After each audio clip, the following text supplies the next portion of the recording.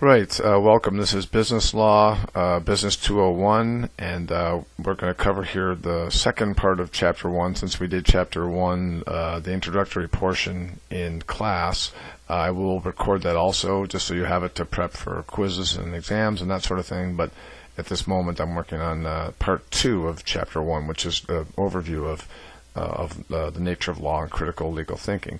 So we covered let's see, to slide 14. So I'm going to start on, let me start on 14 and we'll go from there. So, sorry, I don't know how that got there. Hold on one second. Let me get on the right place again here. Slide 14. And hopefully that's going to get us in the right place. Okay, here we go. All right. One of the key principles underlying our Constitution is this notion of, I'm going to put this whole slide up here, of precedent, and the Latin term is known as stare decisis. And stare decisis is standing on the decision that has come before, and it's a fundamental principle underlying English common law. And our system is based on English common law, so relying on precedent or cases that have occurred prior to a current case as the source of law for deciding a current case is a significant aspect of the common law system. Routinely in a civil law system based often on the Roman law or in the statutes of the common law system. So the Roman civil law system has been adopted. Italy, France, Spain, Portugal, Germany, Japan have a civil law-based system. And we look at cases that have come before to make the decisions. The trial level courts, which are the initial courts in our system, create precedent for all the lower courts, and the appellate courts are considered to be higher courts. If you lose at a lower trial level court, people appeal to a higher appellate court, which we'll talk more about as we get into the chapter on the courts and dispute resolution. But stare decisis, precedent, are fundamental aspects of the idea of having a prior case law as the basis for our decisions allows for lots of predictability. If we're trying to make a decision today, what's the outcome of certain dispute we have with another party, with another business, the predictability that is there, where you have a pretty good sense of what the likely outcome would be in court of your case. That's not to say that we don't change, and the courts do interpret the law, and there's some dispute about this. Many courts will interpret the law and in a way have an effect, almost a effect as a legislator, because they create law in the decision that they make, and other courts have to follow those decisions. So some people refute or are not happy with the idea that courts will occasionally make these types of decisions. They believe that if it's not clear in the law that the court shouldn't come up with a new type of decision, they should leave it to the legislature to legislate new results if it's not clear in the law how the court should make a decision.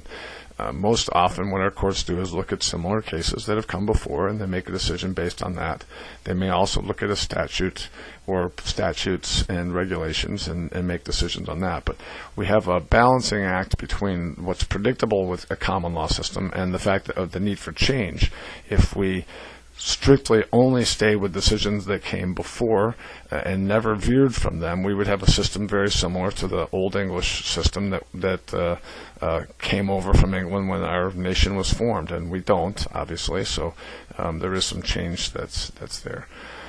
Another basic concept that's fundamental to our system of law in this country is a notion of federalism.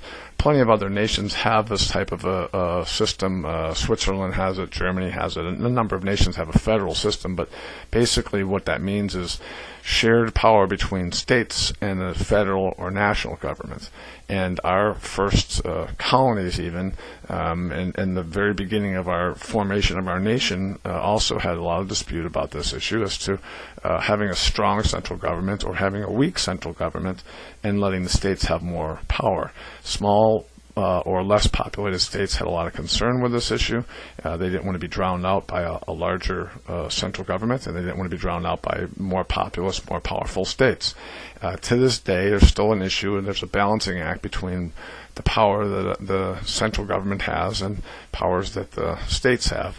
And many of the powers are specifically spelled out in the Constitution, and there are many that are not. They're reserved powers for the states, and there's dispute as to what types of powers the framers of the Constitution intended for states to have that were reserved, and so that's ongoing.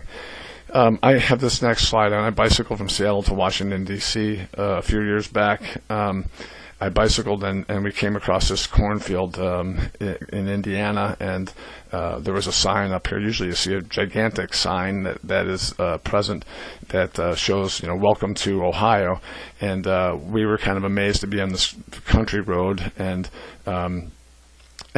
see this little road sign, Indiana-Ohio state line. It was right in the middle of a cornfield, beside the road, and we kind of chuckled about it.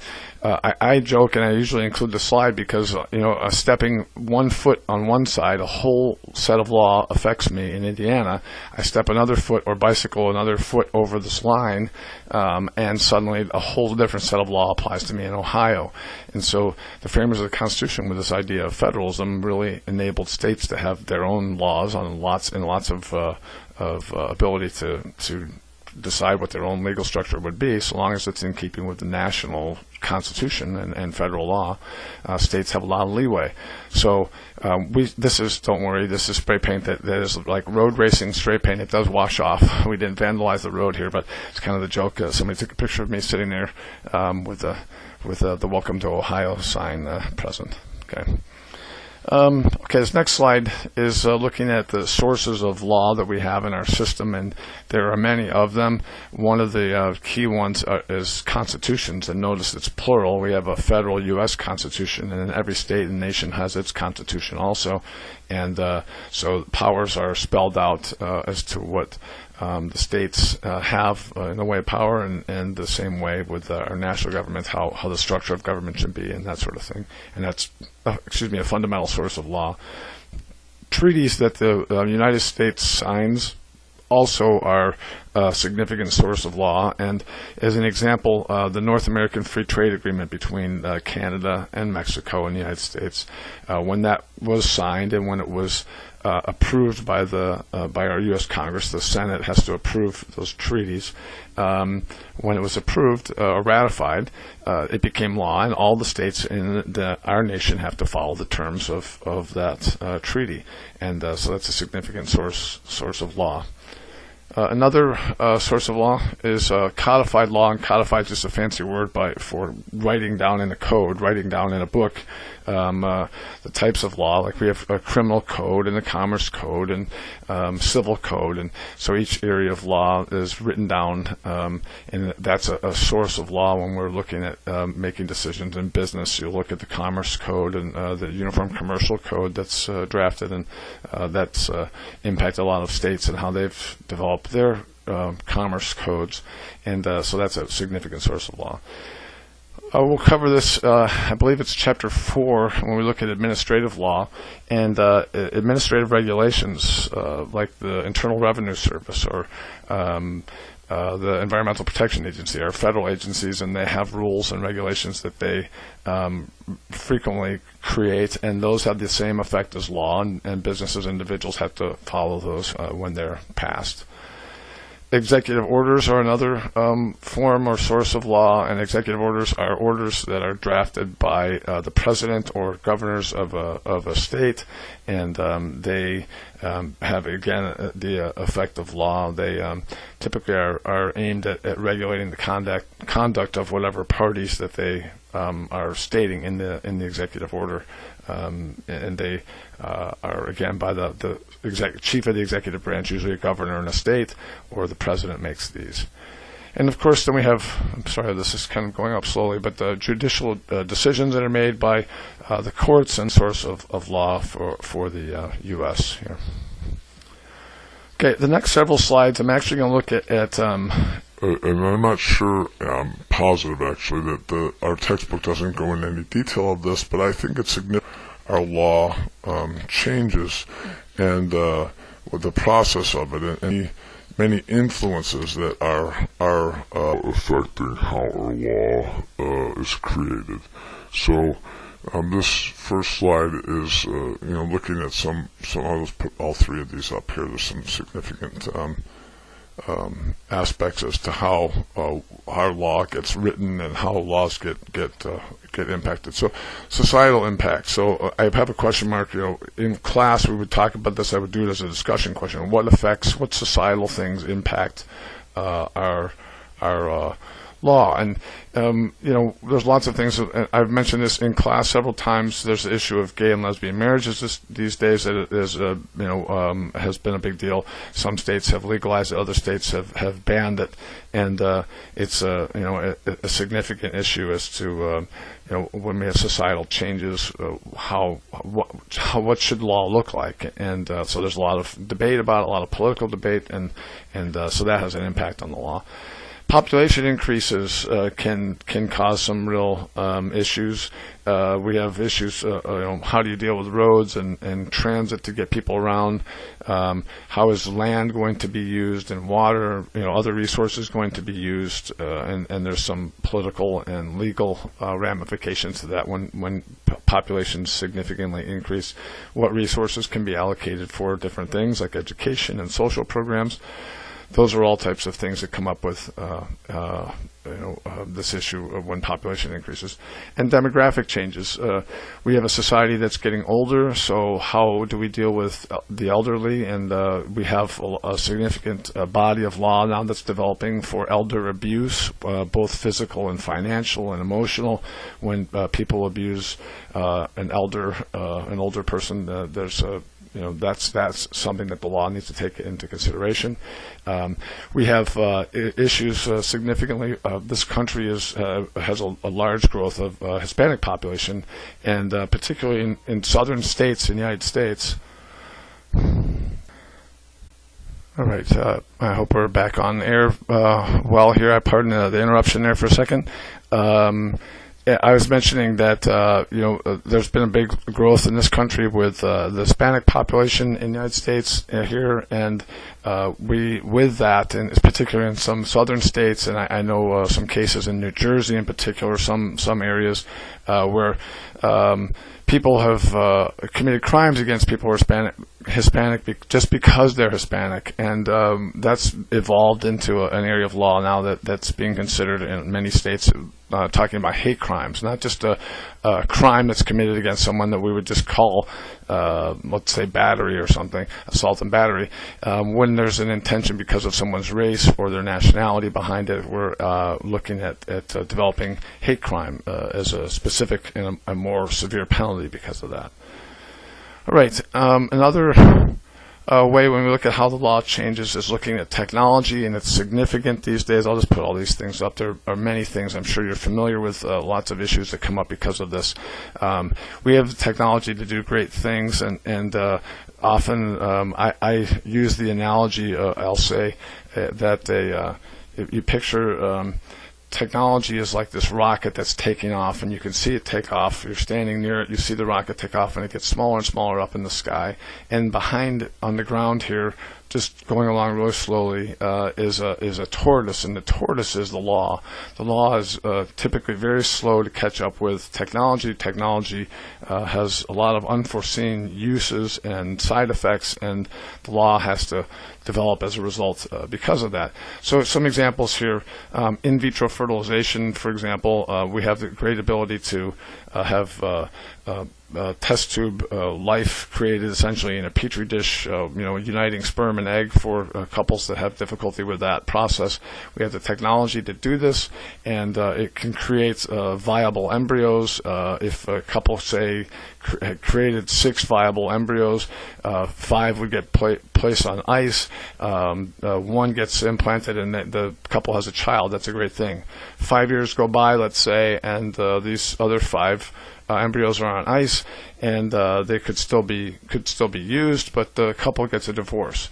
How do you split up the 5? Does one partner get 2 and the other get 2, and then the one gets thrown away? There's a dispute of what you do with this, and so the technology created a great thing, but then how do you handle it after the fact? Biotechnology is another one where we have issues where we can now do genetically modify certain crops so that they may be more tolerant to, say, a pesticide or an insecticide, herbicide that say an herbicide that kills weeds, so they're more tolerant for that. But then what if you're a farmer and you don't use that seed?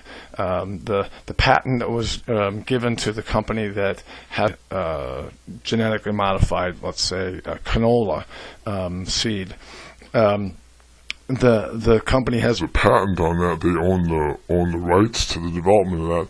But what if that somehow blows, and technically the farmer where that canola is now growing that's resistant infringed on the patent of the company?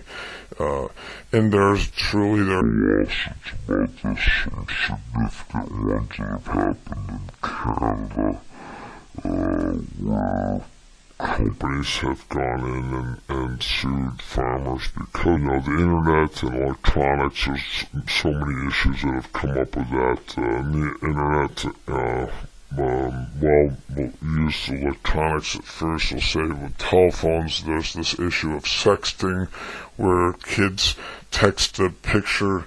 Kids, let's say junior high, middle school, or high school kids will text or send a picture of their naked boyfriend or girlfriend to someone. It raises all sorts of issues, and the law has to deal with this. And many states are looking at sex crime issues because of this. And sex crime legislation, and it's amazing. Same with the internet. So you can tell, obviously, technologically, we become an advanced society, and with that comes some legal ramifications that need to be considered. Another one in the area of environment is significant, and I'll use the Exxon Valdez as an example. Prior to the Exxon Valdez case up in Alaska, there was a huge debate in Congress. Environmentalists suggested, because where the oil comes from in southeast Alaska, it's some of the roughest water on the planet Earth. They suggested that ships be required, these gigantic supertankers be required to have double hulls on them, so that if they ever ran aground, the oil wouldn't leak out. And the oil companies were saying, gosh, these ships are enormous. If you take them out of the water and you have to increase, put another whole hull on these ships, it's going to cost just tons and tons of money. The price of gasoline is going to go way up, and that's just crazy. Well, initially the oil companies won, but after Exxon Valdez happened, the legislation passed. So it's now required for double-hull ships to be doing this when they take a certain volume of oil, crude oil, that they're transporting back and forth from Alaska down to the lower 48 states. So again, environmental issues can impact things. You can imagine, here's another super tanker. I just put the picture up there. You can imagine, I'll put up all these issues. issues are economic impacts too, and issues of homelessness or unemployment, any type of natural disaster, things that all have economic consequences. Hurricane Katrina hits, or Hurricane Rita. There's all sorts of financial relief that needs to be dealt with in the wake of those things. We have a high unemployment rate in our country now. Homelessness is on the rise, and politically, obviously, we have a lot of challenge about how these problems get dealt with. But the economic impact that they cause and the social impact that they cause, disruption in people's lives are there, that influences the laws that get drafted to deal with these problems. So most often the issue, if you read a lot of legal type of material, scholarly readings and things, you'll often run into this term of the common good, and that law should serve the common good.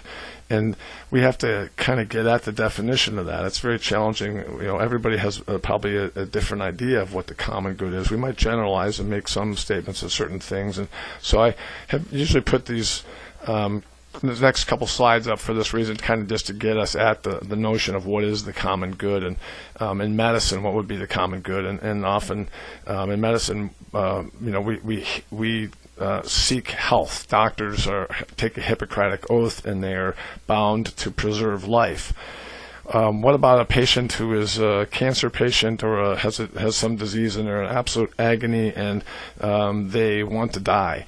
They're in a lot of pain, and they're going to have an excruciating end to their life. We have pain relief medicine that's given, but what if a doctor decides, because this person's in a lot of pain, to give them a little extra medicine to help them pass on?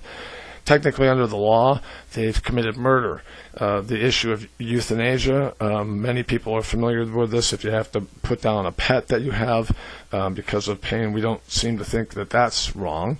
And we have some issue about it when it comes to a person. And it cuts across, it's a very difficult decision, but it cuts across society and different values that people have. But again, looking at law, how should law deal with this? Law currently says that the issue of preserving life is what is in the common good, the common interest of society, and that's how law should proceed in these cases. So, architecture, and I would suggest to you, when we're looking at architecture, what would be the common good, and most often we would seek to build homes and buildings that are safe for people.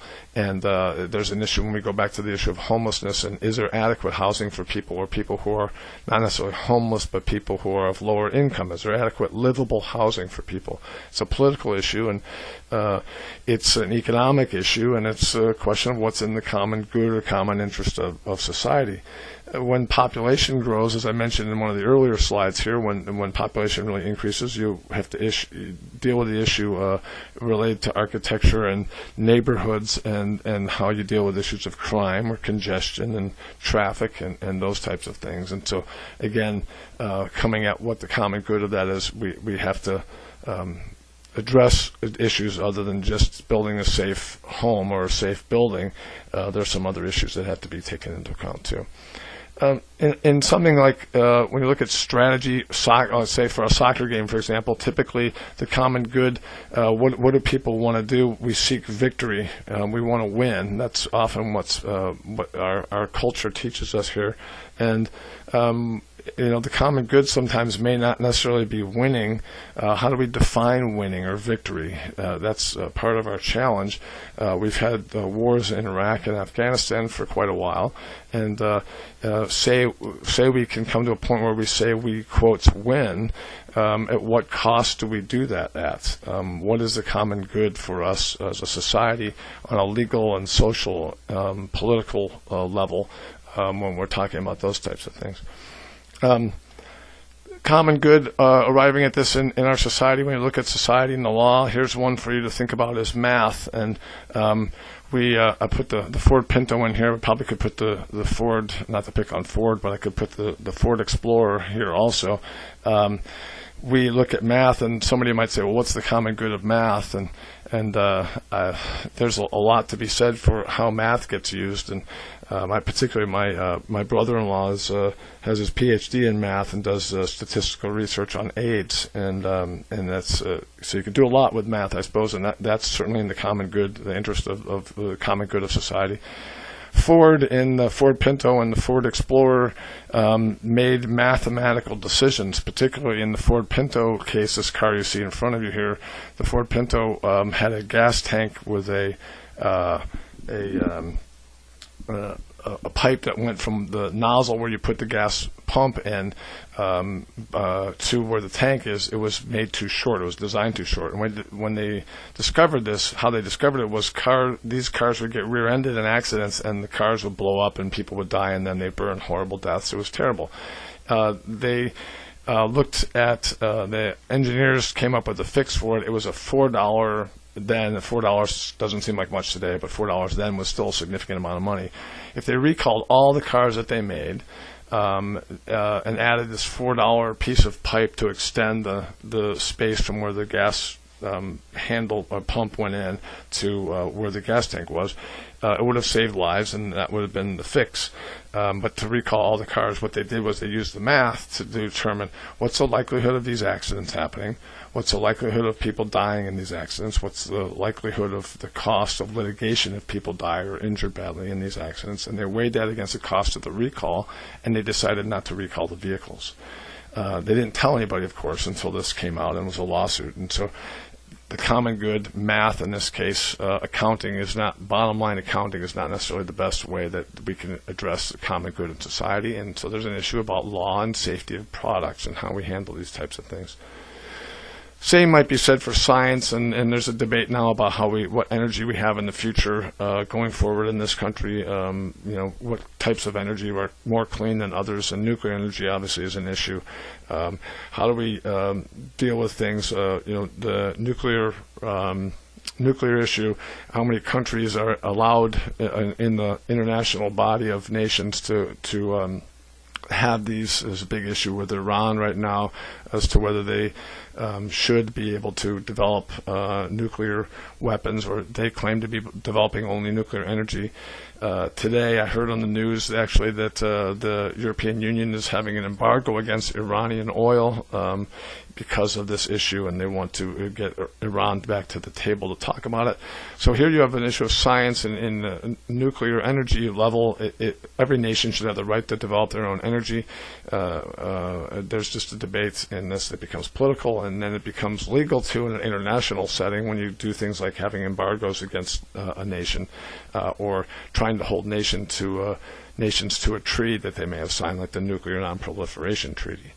Similar things we could talk about, global warming or climate change, AIDS and things like that, and how does the law look at those types of problems? What types of laws do we have to deal with privacy for AIDS patients, and what types of laws should we have in the scientific level to look at issues of climate change? Should we require certain sustainable fuels to be used instead of petroleum in that? And politics in general and law, our society, what is in the common good with our political system and our legal system? How should it serve? We have these values of justice and fairness and equality and freedom, and how do those all get played out in a system is of significant concern here when we're looking at how law changes and how we serve the common interests of the vast majority of people in our nation. All right.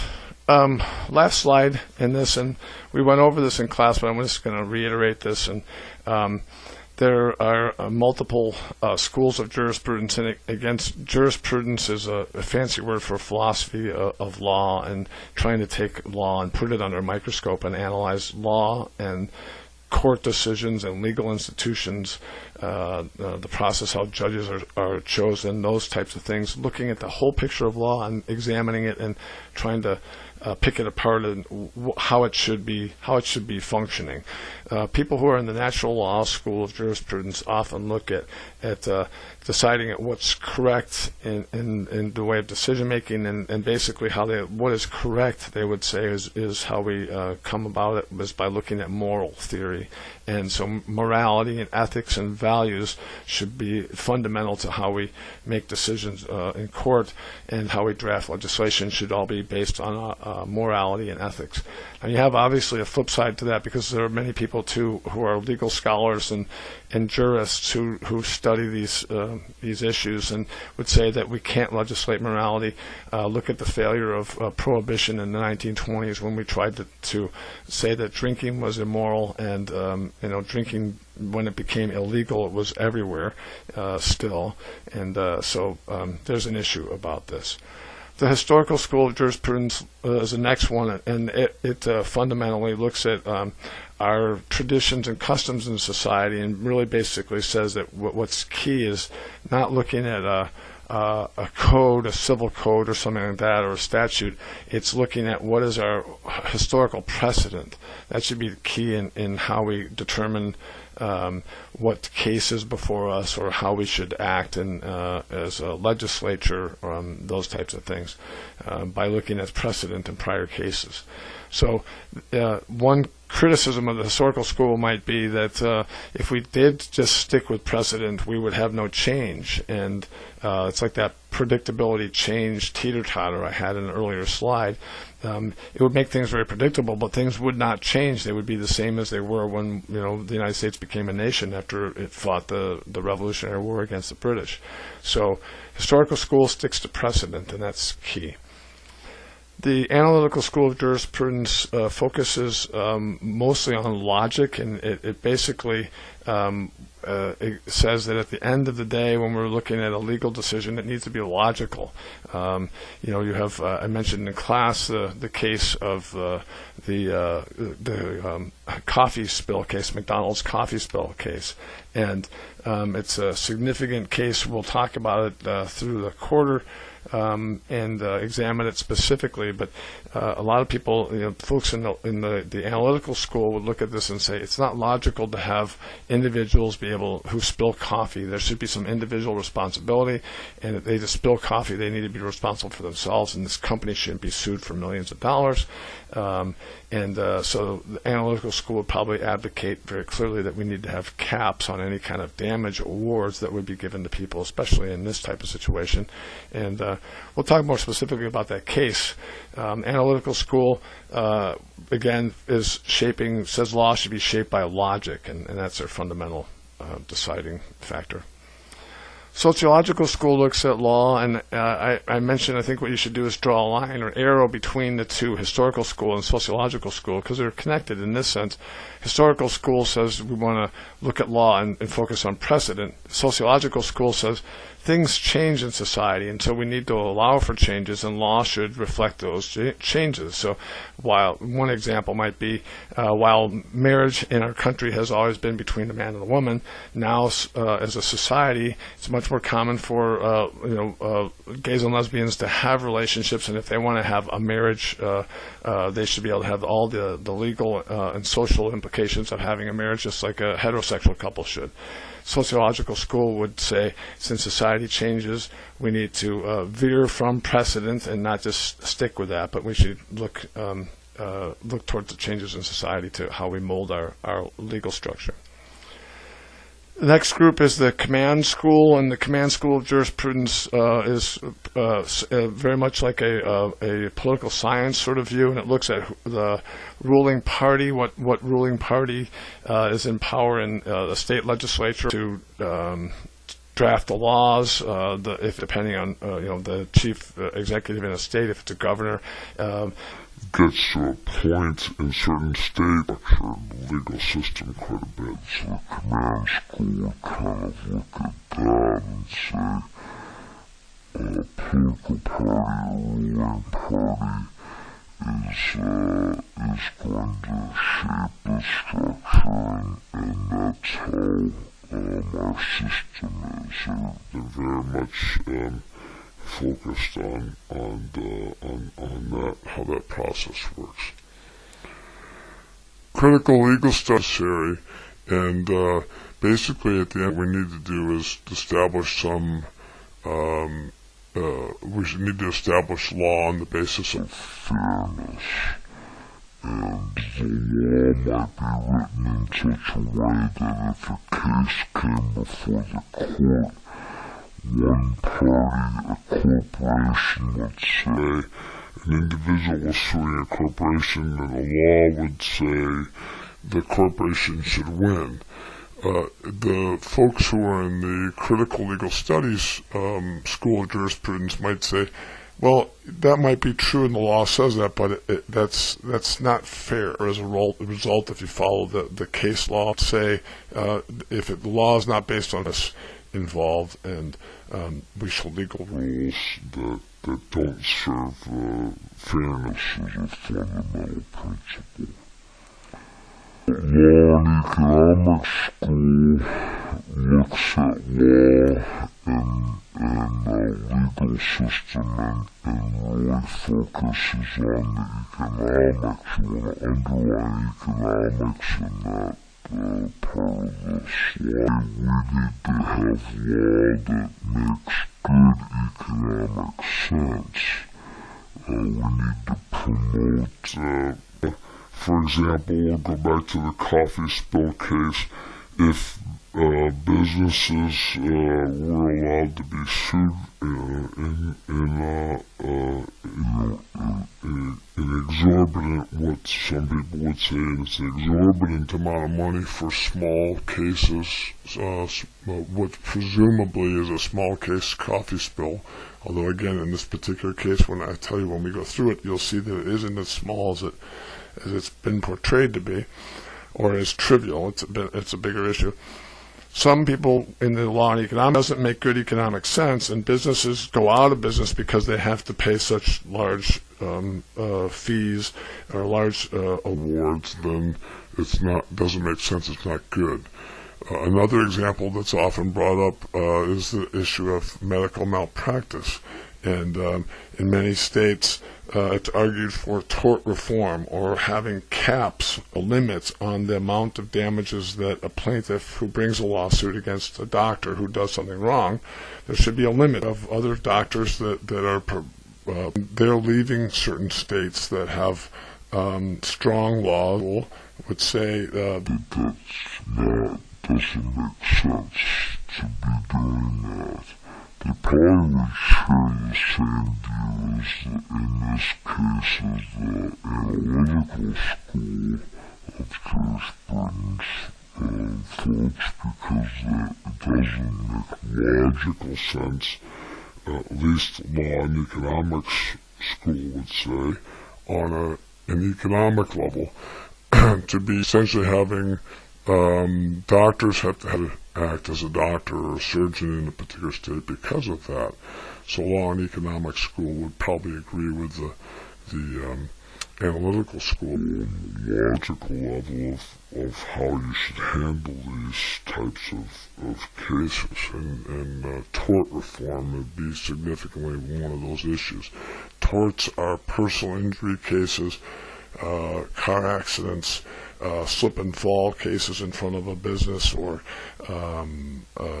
medical malpractice types of cases. That's what we see. This one here on this last slide is there's been a long history in our country and many countries around the planet. There's been a long history in our country of discrimination against women. Women not having the right to vote, women not being able to own property, and of women, of equality for women would be raised, and is very clear to address and hold accountable decisions from courts on these types of things. For example, we've seen the development of a wife in the old legal system that we've had may have been abused by her husband, may have been even raped by her husband. The traditional law would have looked at our at that situation said legally have ever raped his wife. We know better now, and we know battered spouse is beaten long enough that she might defend herself and kill her husband. In those cases, the defense, in the past, it used to always be that the wife was charged with murder.